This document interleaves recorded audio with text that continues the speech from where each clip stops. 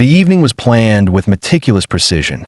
Nothing in that house ever happened by accident. The long mahogany table stretched across the dining room like an altar, the polished surface reflecting the warm glow of a chandelier that seemed determined to impress. Crystal glasses stood beside imported china plates, each one positioned perfectly, as though someone had taken a ruler to measure respect, wealth, and status. My wife had spent the entire afternoon preparing for this dinner, rehearsing conversations, worrying about her outfit, and reminding me to speak confidently. She wanted her family to see us as equals, although I suspected she feared the opposite more than she admitted. When we arrived, my father-in-law was already seated. He greeted us with a smile that carried the weight of unspoken judgments. He rarely raised his voice, yet everyone seemed to whisper whenever he moved. He did not lead conversations. He owned them. Once seated, he began updating the table about the recent expansion of his company, the new contracts he had secured, and the admiration he received at a business forum. Every sentence was a trophy paraded across the table, and every nod from the others was a confirmation that he was the undisputed ruler of this house. I waited patiently for the right moment to speak. The room was filled with the sound of clinking glasses and careful compliments. My wife's siblings exchanged stories that sounded more like achievements than genuine moments. Every success was magnified, every failure erased. The night was not about connection. It was about performance. I felt like a guest in a theater, and I did not have a script. Then came the moment that shifted the entire atmosphere. My father-in-law asked about my week. His voice carried casual curiosity, but his eyes held something sharper. I decided not to hide what I had done.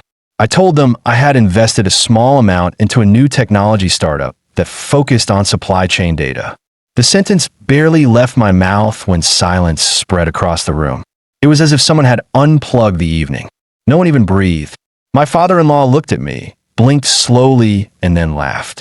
It was not the laughter of joy, but the laughter of superiority. His fingers tapped his gold watch, the gesture subtle, yet loud enough to make a point. He spoke about real investments. He praised factories, trucks, buildings, and industries that existed physically. To him, anything that could not be touched was as fragile as a dream. He mocked the idea of investing in something intangible. The others joined in, smiling and whispering as if my presence had transformed into a source of amusement. My wife lowered her gaze. Her silence hurt more than the laughter. In that silence, I understood that I had not only embarrassed myself in their eyes, I had embarrassed her. I felt the weight of invisible expectations tightening around my throat. I was no longer a husband at that table. I had become an outsider intruding on a world that measured worth by grandeur, not vision. Yet, even as the laughter continued, something remarkable happened internally. Instead of crumbling, a quiet determination began to grow.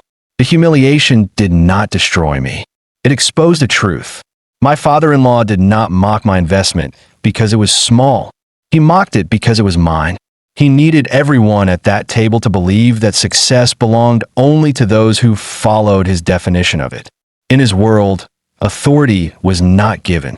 It was inherited, reinforced, and displayed like a family crest. I said nothing more that night. I smiled, nodded, and allowed the evening to continue. They believed I had accepted my position. They mistook silence for surrender. They did not realize that a moment of ridicule can become a seed. That night, without knowing it, they planted a seed in the very place they wanted to bury me. A seed born from doubt, watered by arrogance, and destined to grow into the truth that would one day shatter everything they believed was permanent. The first thing I learned about my wife's family was that they did not speak about people. They spoke about ranks. Conversations at their gatherings sounded like corporate brochures, filled with job descriptions and achievements rather than emotions or memories. Her mother introduced friends not by saying they were kind or loyal, but by announcing their positions as if their hearts beat through business cards. If someone lacked a distinguished occupation, they simply did not exist in their universe. Every interaction was an evaluation, every compliment a transaction measured by status. The walls of their house reflected the same mindset. Diplomas hung like religious icons, Framed certificates lined the hallways, and photographs showed my father-in-law shaking hands with politicians, bankers, and foreign investors. Each image seemed selected to reinforce the idea that he belonged among people who shaped decisions, not among those who lived with them. He would pause in front of these frames whenever he walked by, his expressions softening as if they whispered reassurance. It was clear that his identity did not come from who he was, but from what society believed he represented. Family meals felt like corporate meetings disguised as dinners. The table was a place where titles were traded like currency. Conversations revolved around promotions, acquisitions, and who had been invited to speak at which conference. Laughter was reserved for stories that celebrated power. No one asked how others were doing or what dreams they carried. Such questions were considered irrelevant. There was no room at that table for vulnerability or uncertainty. Every word was polished, every remark calculated. It was exhausting to watch people pretend they were satisfied, while everything about them screamed fragility. My father-in-law presided over these gatherings like chairman. He corrected anyone who mispronounced a business term, interrupted those who expressed doubt, and celebrated every sentence that reinforced his worldview. He seemed convinced that his title held magical powers that made him untouchable. He reminded everyone at least once that he was the CEO of a publicly traded company. He uttered the phrase with the same pride a king might use when declaring his bloodline. He believed that success was not an achievement. It was a birthright, and anyone who questioned his authority questioned the natural order of things. I noticed how others reacted to him. They leaned forward when he spoke, laughed at jokes that lacked humor, and nodded, even when his statements carried no logic. They were not listening. They were performing loyalty. Status was their oxygen. They breathed it, consumed it, and used it to measure the worth of those around them. Whenever someone arrived, eyes shifted toward watches, clothes, and cars. They did not greet you. They assessed you. If you did not fit into their scale of prestige, you became invisible. My presence in that environment was tolerated but not welcomed. I did not boast about my work. I did not present myself as if I were applying for a position. My calmness confused them. My silence irritated them. They mistook discretion for weakness and humility for failure. To them, a man without a visible empire was a man without ambition. They did not understand that some people build foundations before they build walls. The real fracture appeared the night I mentioned my investment. My father-in-law stared at me with the curiosity one reserves for something unfamiliar. In his world, money only mattered when it came with recognition. The value of an idea was measured not by its potential, but by the applause it received. Since no one important had praised my decision, he assumed it lacked merit. He believed investments were opportunities to demonstrate dominance, not patience. He could not imagine that something small could grow beyond his control. What he never understood was much simpler. Titles can open doors, but they can also close minds. A position can elevate someone temporarily, but cannot protect them from consequences. He believed he stood above everyone else, yet he never noticed how the ground beneath him was shifting. While he worshipped appearances, I learned to trust progress. One day, the family that measured worth in titles would discover that titles do not prevent downfall. Vision does. When we returned home that night, the silence followed us like an unwelcome guest. My wife did not remove her coat or sit beside me, as she usually did. She paced back and forth, her heels tapping the floor in short, impatient steps. Her face carried the same tension I had seen during dinner. But this time, I was not a spectator. I was the target. She finally stopped in front of me, her jaw clenched, eyes burning with frustration. Her question came without warning. She demanded to know why I had not chosen a real career, the kind her father would respect. The tone of her voice was not curious. It was accusatory, as if my life choices had been a personal insult to her lineage. The words struck me harder than any comment made at the dinner table. Strangers mocking my investment was irritating.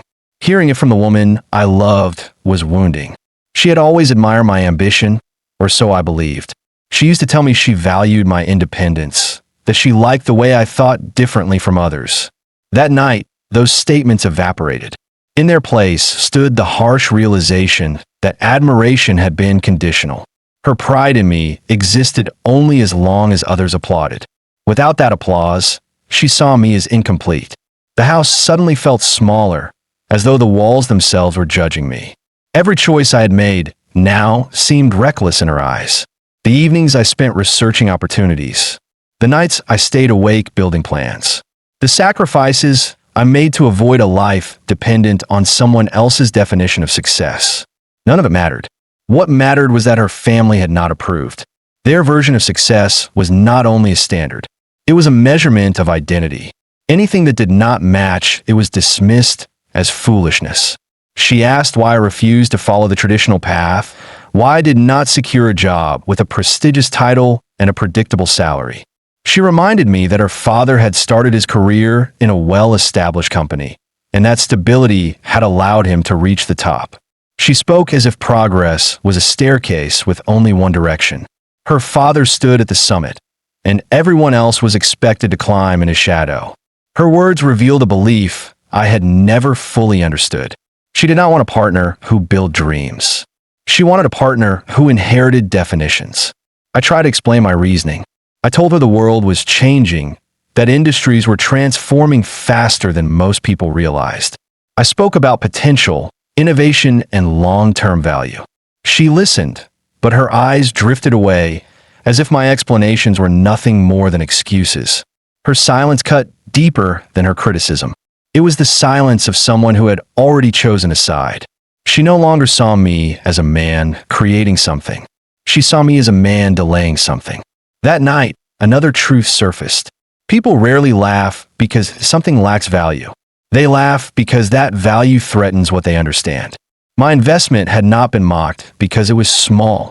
It had been mocked because it challenged their belief that power resides only in established structures. My wife did not question my judgment because it was flawed. She questioned it because it did not fit the story her family had sold her. In that moment, I realized laughter is not always about humor.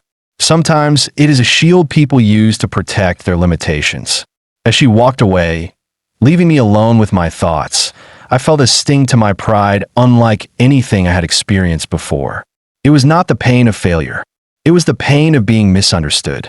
My ego had been wounded, not by strangers, but by the person who should have believed in me most.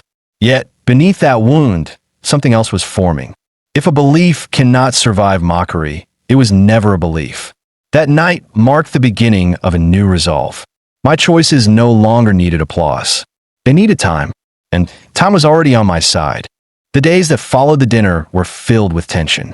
My in-laws continued to parade their successes as if every headline validated their existence. They monitored the stock market the way some people monitor their pulse. If numbers went up, they celebrated as though life itself had rewarded them. If numbers dipped, they spoke in hushed tones as if disaster lurked behind the curtains. Their world revolved around graphs, dividends, and immediate results. They believed wealth lived in buildings, machines, and visible achievements. Anything invisible was considered useless and reckless. My vision did not belong to that world. I had placed my future in something that could not be touched or displayed in gold frames. I invested in a startup that specialized in predictive algorithms for supply chain failures. The concept was simple yet revolutionary. It aimed to anticipate disruptions before they occurred. It used data from weather, transportation, consumer behavior, and logistics patterns to determine where industries would stumble.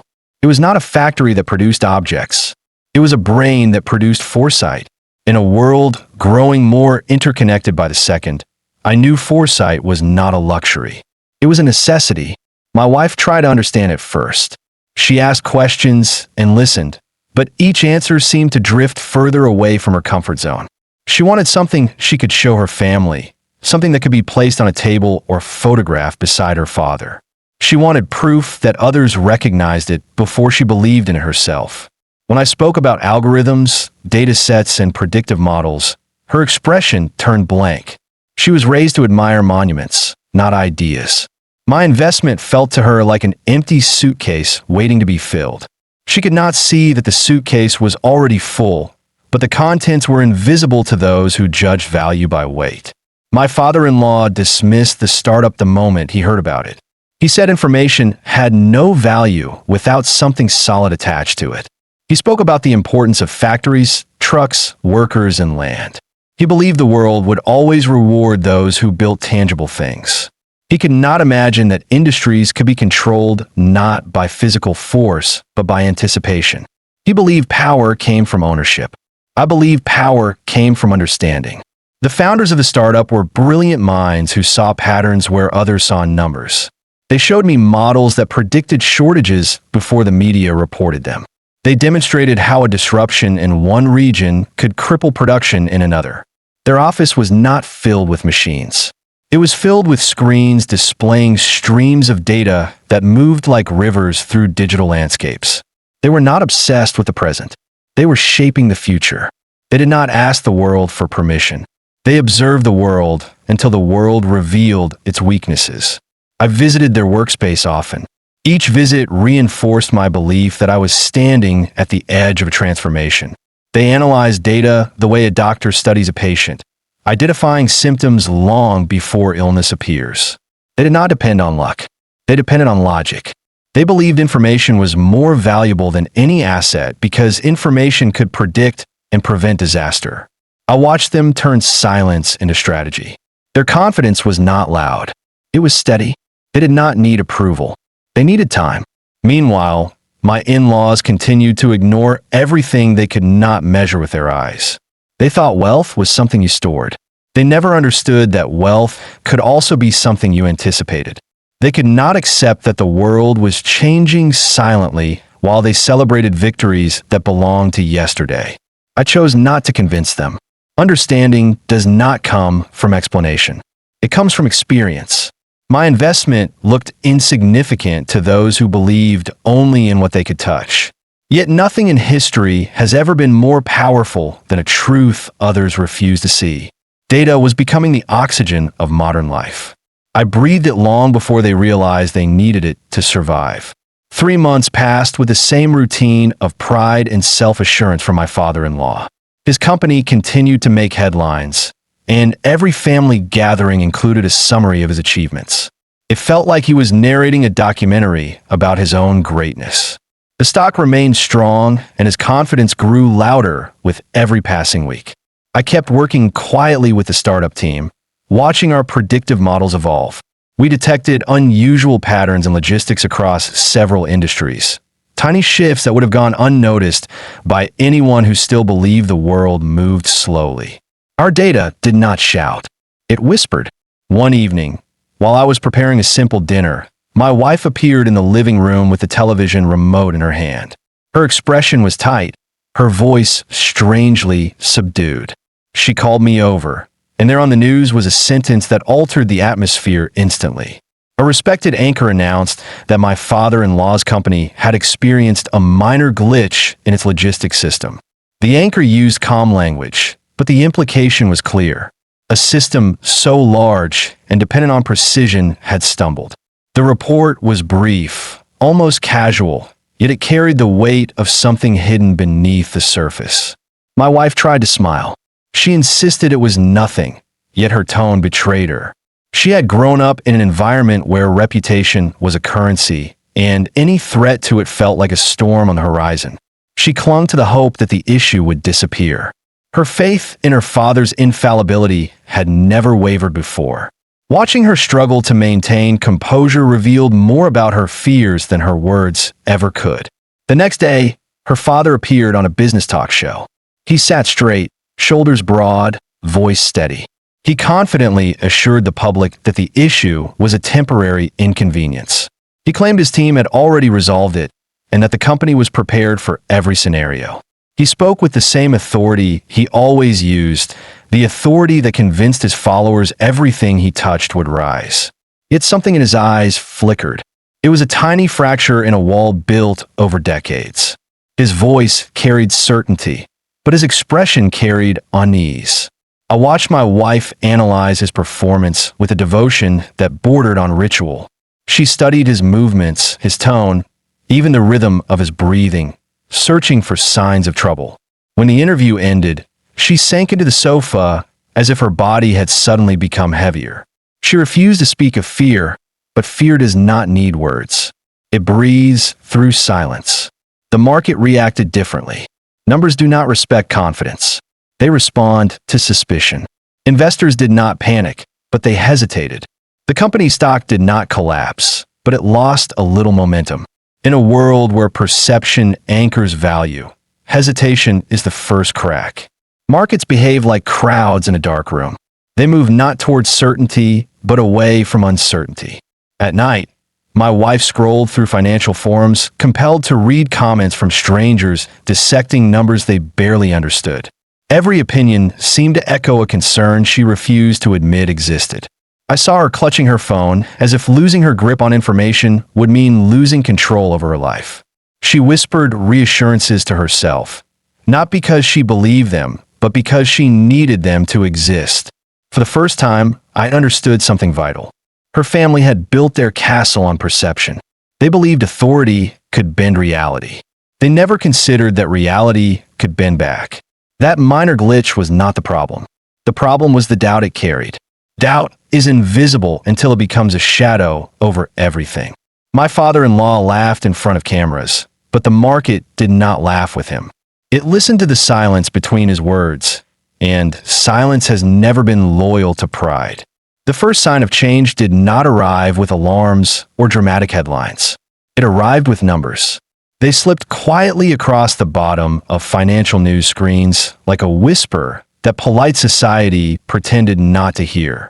The company stock that once surged with confidence now moved hesitantly, as though uncertain of its next step. Investors noticed the hesitation long before they admitted it. Markets behave like seasoned gamblers. They do not panic at the first lost round. They pause, observe, and wait for signs that the luck of the table has shifted. The initial dip in the share price was small, barely enough to cause alarm. Yet it carried a strange weight, as if the stock itself was holding its breath. My wife brushed it aside, insisting that fluctuations were normal and temporary. Her calm tone failed to hide the tension in her voice.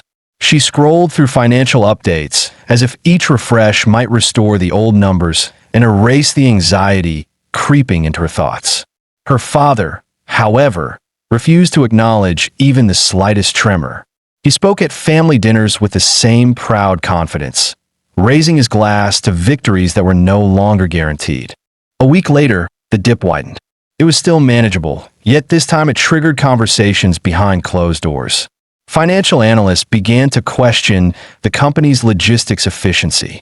Forums buzzed with speculation, some accurate, some outrageous. The company's loyal supporters defended it with fierce determination, arguing that temporary setbacks were normal in large corporations. Their arguments sounded rehearsed, as if loyalty had been trained rather than chosen. The critics, on the other hand, sensed opportunity. They examined every report, dissected every detail, and predicted a shift in the market narrative. My father-in-law responded with the only weapon he trusted: visibility. He appeared on a televised business program, seated in an immaculate studio with his trademark confidence. Charts filled the screen behind him, lines moving upward like obedient soldiers. He spoke with authority, insisting that the company's fundamentals were strong. He pointed to growth figures, new partnerships, and international expansions. His tone carried the conviction of someone who believed reality could be shaped if delivered with enough certainty. The charts looked impressive, but graphs cannot cure illness when the sickness lies beneath the numbers.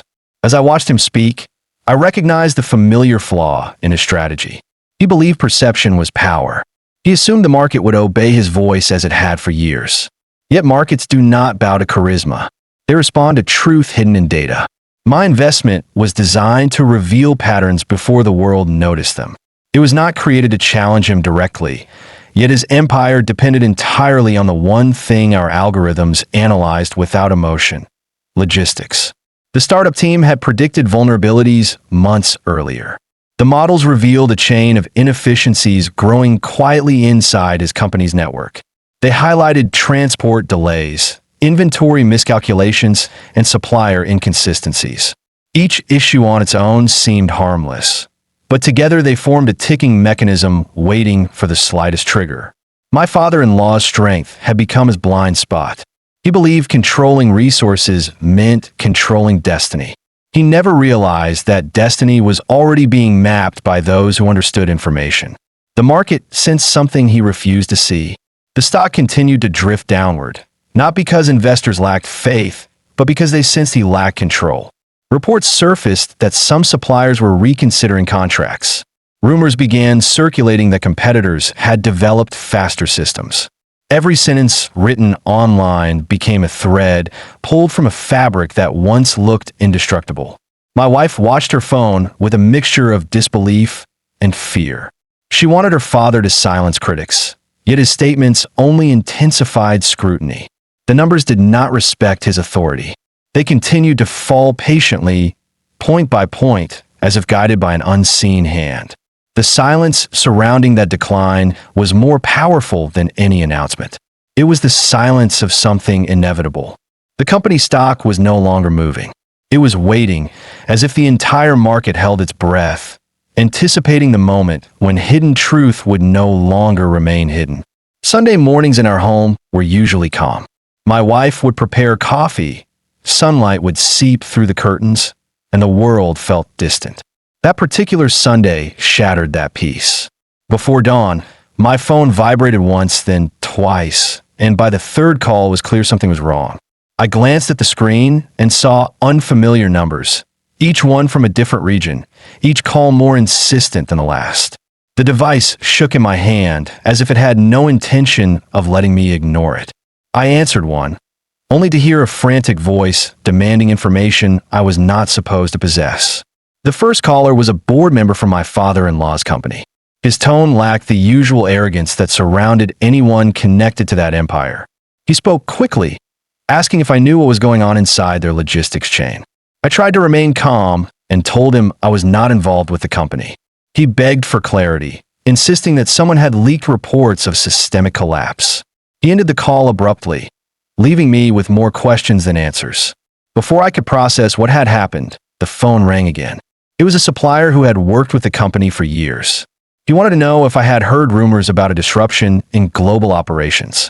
His voice trembled as he spoke about delayed shipments, missing inventories, and commitments the company could no longer uphold.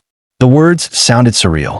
It was as though the company that once appeared invincible had begun to crumble from the inside, piece by piece, like a building whose foundation had silently eroded.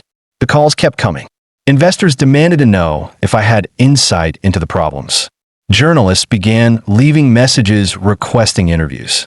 Analysts sent emails asking for statements. It was as if the world had decided I possessed information capable of explaining the unraveling of a giant. Each conversation carried a single theme. They wanted answers. They wanted truth. They no longer believed the confidence projected by my father-in-law. My wife entered the room, still in her night clothes, holding her phone with both hands. Her face was pale, as though sleep had abandoned her long before she woke. She sat beside me and whispered that her family group chat had exploded with accusations and confusion. Some relatives blamed external forces. Others blamed poor management. No one dared blame the man at the top. The same people who once worshipped his confidence now questioned his silence. Then she asked the question I never expected to hear from her. She asked whether I knew anything about the situation. There was no bitterness in her voice, no attempt to shame me. Instead, her words trembled with something new. Doubt. For the first time since our marriage, she was not defending her father. She was seeking an anchor while watching her world tilt. Her belief in the indestructible empire she grew up admiring had cracked. I looked at her carefully. She searched my face, hoping for reassurance, yet fearing the truth was worse than the rumors. I could have told her the truth. I could have explained how the startup I funded had predicted these failures. I could have shown her that foresight was not arrogance. Instead, I said nothing. The silence felt heavier than speech, but I sensed she was finally prepared to listen. Silence had become my ally. Once mocked, now sought. There's a strange rhythm in life. People ignore warnings until they need the wisdom they once ridiculed. That Sunday, my phone never rested because the world had finally realized that confidence without comprehension collapses. Those who once laughed at my quiet choices were now desperate for my voice. The irony was almost poetic. My silence had not been weakness. It had been preparation. And now, silence was no longer ignored. It was demanded. His assistant called early in the morning and spoke with a tone that did not match her usual confidence. She requested that I come to his headquarters immediately. There was no greeting, no explanation, and no courtesy. It felt like a summons, not an invitation. My wife stood nearby, watching me with a mixture of hope and dread. She did not say a word. Her silence was a confession that the infallible man she admired had finally encountered something he could not dominate with charm or power. When I arrived, the building seemed different. The lobby that once radiated pride now carried an air of unease. Employees whispered in corners, avoiding eye contact as though speaking too loudly would worsen their fate. The receptionist, who used to greet visitors with rehearsed enthusiasm, barely lifted her eyes. Something had drained the confidence that once flowed freely through those corridors. The company no longer felt like an empire. It felt like a wounded creature trying to hide its pain. His office door was open, something I had never seen before. He always kept it closed, as if the world outside was unworthy of glimpsing his thoughts. Now, the gesture felt like desperation. He stood behind his desk, but the posture that once resembled a king surveying his kingdom had been replaced by the stance of a man cornered by consequences. His suit was immaculate, yet his presence lacked the authority it once commanded. He gestured for me to sit. He attempted polite conversation, but the effort collapsed under the weight of his urgency. After a few strained sentences, he admitted the truth. His logistics network had begun to fail in ways he could not explain. Orders vanished from tracking systems, containers sat in ports without reason, and retailers threatened to terminate contracts. He described these problems like ghosts haunting his empire. The company had grown too quickly, relied on outdated systems, and ignored early warnings. Decisions based on confidence had finally collided with reality. Then came the moment that changed everything. He asked for my help. He spoke slowly, each word heavy with discomfort. He explained that he had heard about the capabilities of the startup I funded. He mentioned my investment without sarcasm, as if the very sound of it now carried weight. He offered me a consulting role and a compensation package that would have impressed anyone who valued wealth above dignity. He spoke of partnership, collaboration, and shared benefit. He even tried to smile, but the expression seemed artificial, like a mask that no longer fit. I listened without interruption. In another life, I might have accepted, eager to prove myself. But experience had sharpened my vision. His request was not about respect. It was about survival. He did not see me as a strategic mind. He saw me as a tool that could rescue his legacy. His praise was not admiration. It was fear wrapped in courtesy. I stood up slowly, allowing silence to fill the space. I looked at the wall behind him, lined with framed articles celebrating his rise. Every headline bragged about dominance, foresight, and innovation. Yet none of them mentioned humility. Arrogance had built those walls. Now reality was tearing them down. I realized something profound. Respect given late is not respect. It is regret disguised as recognition. I told him I could not accept. His face tightened, grappling with disbelief. He tried to insist that the past should not interfere with the present. He spoke about opportunity and legacy. But the truth was simple. Respect cannot be requested when it was never offered. He wanted a solution without acknowledging the arrogance that created the problem. I walked away, not with anger, but with clarity. He once measured men by titles and fortunes. That day, he faced a truth he had never prepared for. Some people build empires of noise. Others build futures in silence. And when arrogance meets reality, silence always speaks louder. The morning began like any other. Commuters rushed to work. Radios murmured in kitchens, and screens lit up with the usual flood of financial updates. Then, without warning, a headline appeared that changed the direction of the day. It spread across televisions, phones, and newspapers with a speed that resembled panic rather than information. The company once viewed as an untouchable giant had suffered a catastrophic collapse in its supply chain. Analysts stared at their screens with disbelief as delivery failures and missing inventories became public knowledge. The issue was no longer a rumor. It was a national spectacle. At first, viewers thought it was a temporary glitch, another hiccup in the complex world of logistics. Yet moments later, broadcasters started revealing internal documents leaked from nervous employees. These documents painted a devastating picture. Retailers across the country complained about empty shelves and canceled shipments. Manufacturing partners declared breaches in contract. Even loyal suppliers admitted they had lost faith in a system that no longer responded to their inquiries. The company hotline went silent. Representatives avoided calls they could not answer. Confidence evaporated. The news arrived on an ordinary weekday morning, delivered not by a celebration, but by a notification on my phone. The startup I had believed in since its earliest days had been acquired by one of the most powerful multinational corporations in the industry. Their executives praised the company's predictive technology, claiming it would define the future of logistics. They purchased it for an amount that made headlines, an amount that multiplied my initial stake into a fortune large enough to turn every insult I once endured into unintentional comedy. The world that once dismissed my choice now applauded it, unaware that applause no longer mattered to me. I sat alone at the kitchen table, reading the announcement again and again. Not because I doubted it, but because success often feels surreal when it arrives quietly after years of being ignored. My wife entered the room and stared at the numbers glowing on my screen. Her eyes widened in disbelief. The same investment she once described as reckless now seemed like a doorway most people could only dream of opening. She did not speak immediately. Silence hung between us, but it was not hostile. It was humbling. Word spread quickly. Friends who once advised me to pursue safer paths sent congratulatory messages. Former classmates suddenly remembered conversations we never had. Even distant relatives appeared with rehearsed admiration. Their enthusiasm was filled with phrases about destiny and intelligence, as though they had always believed in me. I read their messages with calm detachment. I did not owe explanations, apologies, or celebrations. Success did not erase the past. It exposed it. My phone buzzed again, this time with a number I recognized. It was my father-in-law.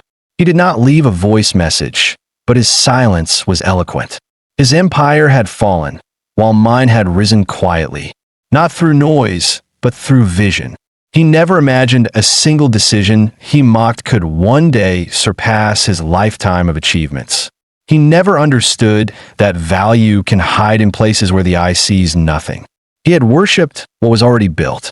I invested in what could be built. I visited my bank later that afternoon to finalize the transfer of funds.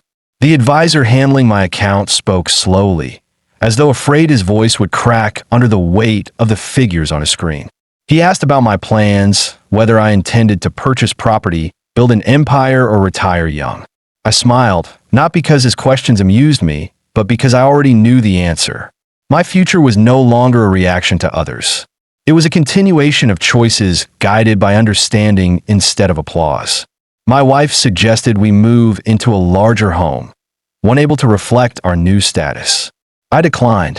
I remembered the nights when I questioned myself, when silence was my only ally, and when my worth seemed invisible. A mansion would not erase those memories. It would only decorate them. I did not buy symbols of power. I bought freedom from validation. My fortune was not a weapon. It was a compass. In the weeks that followed, people expected a dramatic gesture. They assumed I would flaunt my wealth, reclaim pride in public, or remind those who humiliated me of their errors. They could not imagine success without spectacle. Yet I made no announcements, issued no statements, and demanded no apologies. My revenge, if it could be called that, was quiet. It lived not in confrontation, but in perspective. The family that once mocked my choices never understood the difference between owning something and understanding what it represents. They measured men by possessions. I measured opportunities by potential. They chased applause. I chased comprehension. My wealth did not silence them. Their silence came from realizing that the future does not belong to those who shout the loudest. It belongs to those who listen before others can hear. In the end, my small investment did more than multiply. It rewrote the rules of value. It proved that those who judge others by what they already have eventually kneel before those who see what is coming long before it arrives.